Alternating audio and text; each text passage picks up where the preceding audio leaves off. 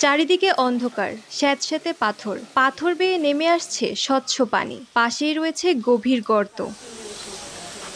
উপরের দিকে ঝুলে রয়েছে সারি সারি বাঁদর। এমন গা ছমছমে দৃশ্যের দেখা মিলে খাগড়াছড়ির আলুটিলা গুহায়। পর্যটকদের কাছে এই গুহা সবসময়ই আকর্ষণের জায়গা। খুব সুন্দর মনোমুগ্ধকর একটা পরিবেশ। এখানে একটা গুহা আছে, আলুটিলা পর্যটক কেন্দ্র।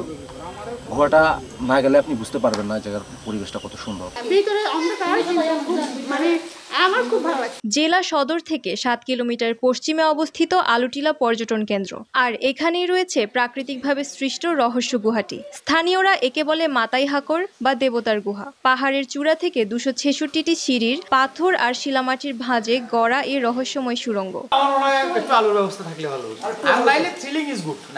গুহাটি দেখতে অনেকটা ভূগর্ভস্থ টানেলের মতো, যার দৈর্ঘ্য প্রায় ৩৫০ ফুট। গুহাটি অতিক্রম করতে সময় লাগে আনুমানিক ১০ থেকে ১৫ মিনিট। কোনো প্রকার সূর্যের আলো প্রবেশ না করায় গুহায় ঢুকতে সঙ্গে নিতে হবে মশাল কিংবা টর্চ লাইট। কোথাও কোথাও গুহাটির উচ্চতা খুব কম হওয়ায় অনেকটা মাথা নিচু করে হেঁটে যেতে হয়। এখন জন্ম সনদ দিয়ে খোলো বিকাশ স্টুডেন্ট অ্যাকাউন্ট।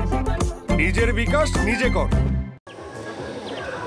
সাপ্তাহিক ছুটির দিনে ৫০ টাকায় কেনা টিকিটের বিনিময়ে ভ্রমণ করা যায় আলুটিলা পর্যটন কেন্দ্রে। রহস্য গুহা নামে পরিচিত খাগড়াছড়ির আলুটিলার এই গুহা পর্যটকদের কাছেও ভীষণ রহস্যময়। হাতে মশাল, পিচ্ছিল পাথর আর পাথর বেয়ে নেমে আসা স্বচ্ছ পানি ডিঙিয়ে গুহার শেষ প্রান্তের এক ছটাক আলো আপনাকেও দেবে গা শিউরে ওঠা অভিজ্ঞতা। খাগড়াছড়ির আলুটিলার গুহার সামনে থেকে মেহেরিন রিনি, সময় সংবাদ।